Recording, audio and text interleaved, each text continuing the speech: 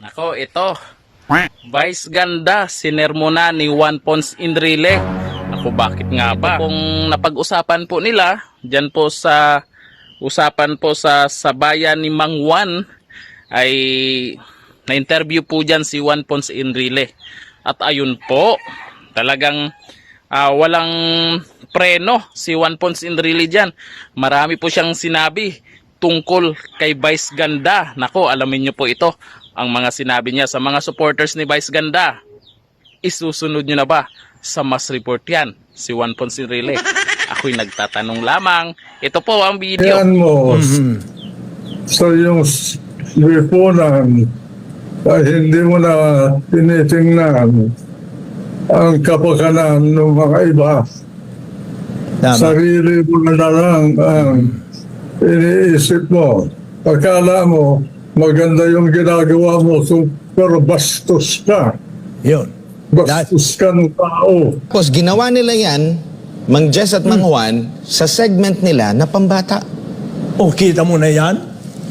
So, Kaya nga, isus, salacious. seditious. Ibig sabihin nun, malisyoso. Malisyoso. Malisyoso. Ay dapat, di ba meron tayong Board of Censors? Yun na nga po yung MTRCB, Mang Juan. Nag-rule ang MTRCB na isuspinde ang programa. Pero nag-appeal. Pero ang hindi ako natutuwa, may mga director doon. Kanino nag-appeal? Sa Sa MTRCB. board mismo. Sa board mismo. MTRCB din po. MTRCB. Pinatawan sila ng 12 days, 12 araw na suspension, pero dahil mag-aapela pa sila, tuloy-tuloy pa rin yung ano nila. Ngayon, ang punto ko lang, Mang Juan, is yung mismong may ibang director daw na lumabas yan sa news na nagkakambyada. Ang problema dito sa bansa natin, Yes, sige, Mang Juan. Para baguhin na natin yun.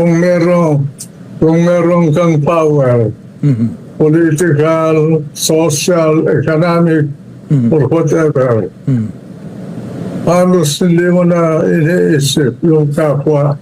Yan. Nalalasing ka sa inyong kapangyarihan. Yung binigay na katangian mo sa iyong lipunan, ay hindi mo na tinitingnan ang kapakanan ng mga iba. Tama. Sarili mo na lang ang iniisip mo. Akala mo, maganda yung ginagawa mo, pero bastos ka. Yun. Bastos ka ng tao. Tama yun. Wala kang decency.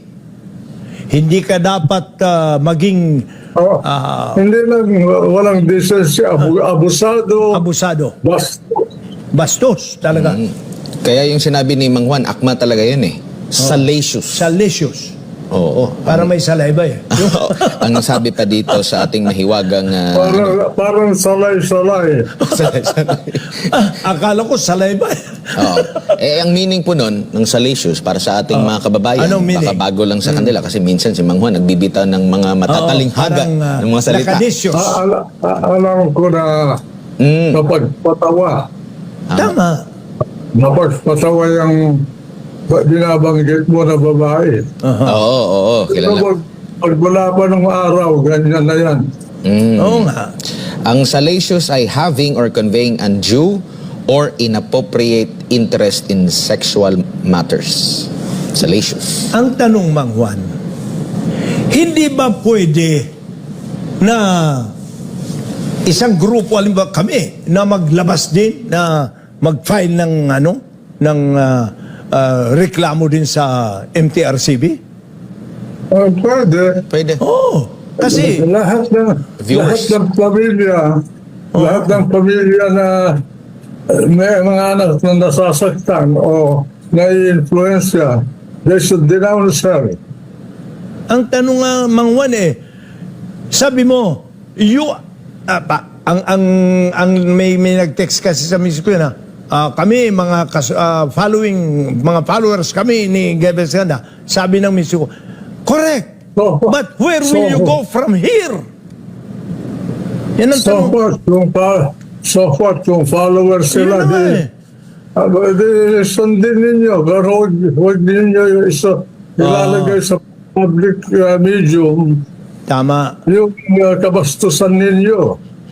Oo. You are showing your kung ano, sabi nga nila, siendo sa Kastila Mangwan alam mo nagkakastila ako pa minsan siendo natural no pwede kital. Kung ano ang naturalesa, hindi mo pwedeng alisin o baguhin. Dahil kung ang susundin mo yung bastos, bastos ka rin. Tama. Kaya nga may sutang bastos. Oo nga. Sana Kaya, magtanda na ito dahil Sana magtanda. Matanda na eh.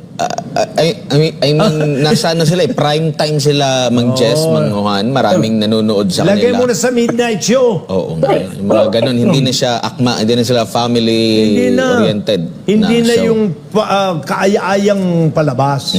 Lipat na lang sila dito sa SMNI. Kayo namang mga para may direktor, matutunan sila. ito namang mga direktor, this is a message to some of You the directors. you are earning your living and your popularity sa kabastusan. Ako po, totoo kaya yan? Baka naman joke-joke lang yan ni Vice Ganda yung ginagawa niya. Baka naman hindi bastos yan si Vice Ganda.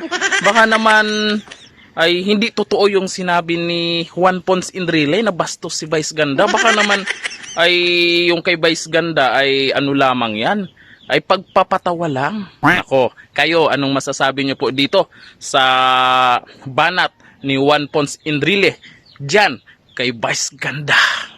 Hanggang dito na lang. Thank you. Bye-bye.